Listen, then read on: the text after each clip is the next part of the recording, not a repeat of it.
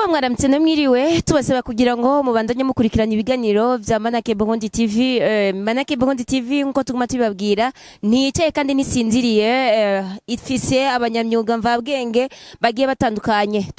Turi mu ntara ya turi mu ntara neza na neza, intara ya Ngozi, aho hari umuhinga mvabwenge n'umuhinga wa karorero, umuhinga tuvuga ko ari n'icyamamare. Reka tumwikaze kuri micro za Manake Burundi TV kugira ngo abibwire. Murabona nta wo bideha, reka ngira namwe mureko murabikurikirana. Reka tumwikaze abibwire kugira ngo acagirwa ko anatubwira uko ngene karatunganya bino bikorwa tubona bizofasha abasanzwe biyunguruza. Reka tubahikaze mu idondore.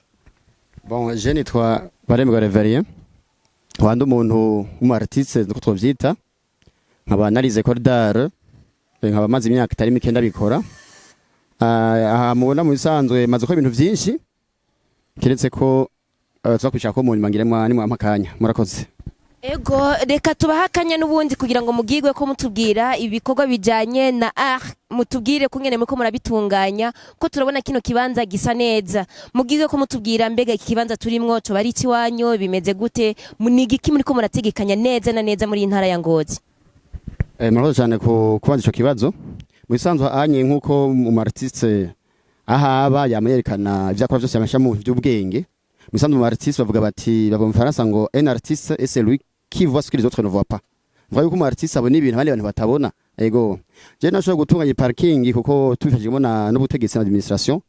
Twarashaje uruhusha baratwemera ko twogera iyi parking izovuja imodoka zabo zizova Ngozi zija i Bujumbura n'iziva Ngozi zija mu Kayanza.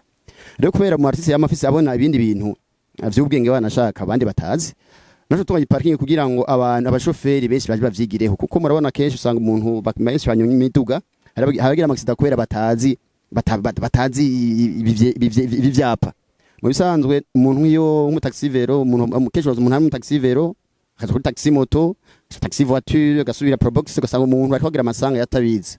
Rero intumbero yaciye mfata yo kugira ngo ndabigishe, nasho gucapa ibi vyapa mubona biri ngaha anye byanditse mu Kirundi kandi biranabumvye kugira ngo umushoferi ari ngaha wese azoza arigiraho.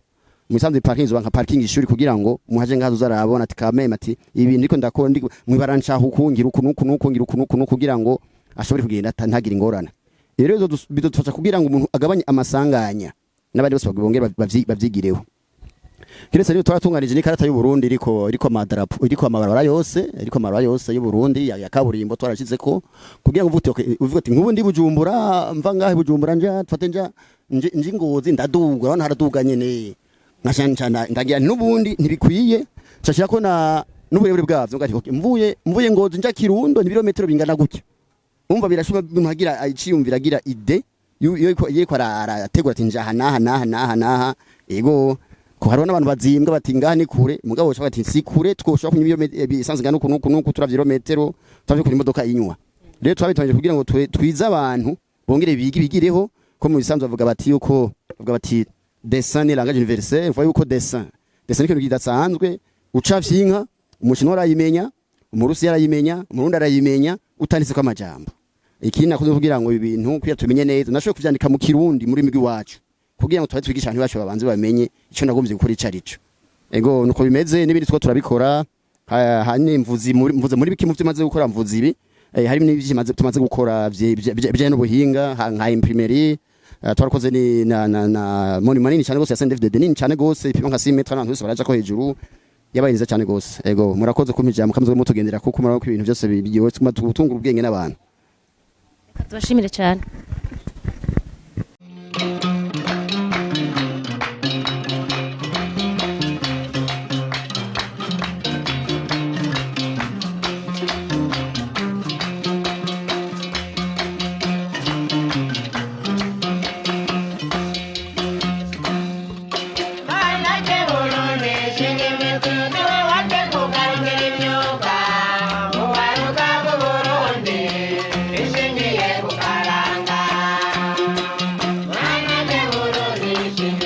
Nkuko mubibona turi mu ntara ya Ngozi, aho turi mu rugendo rw'akazi. Mwabonye ibyo twakoreye mu Kayanza, ibyo batweretse ejo nibitangaza gusa. Uravye nk'uyu muhinga mvabwenge wo mu ntara ya Ngozi, umwubahwa Reveriyano, asanzwe anzi kandi turazinanye kuva na kera, ndibuka ko mu bihumbi 2005 na 2006 n'indwi gutyo twamye turabagenzi kandi ari mu bantu novuga ko nigiye ko canke natanguriye ko murabona ko ari umukurambere kandi naciye akenge wewe yaravuye no kuvyiga muri École Technique Secondaire d'Art de Gitega ETSA. Rero twe tukagira tuti aba bantu batuboneye izuba, aba bantu twubaha barakwiye ko bashigikirwa cane na leta, wanashaka n'aya mashirahamwe ariko arashaka gufasha Manake kugira ngo bahakazi ugwaruka gwinshi.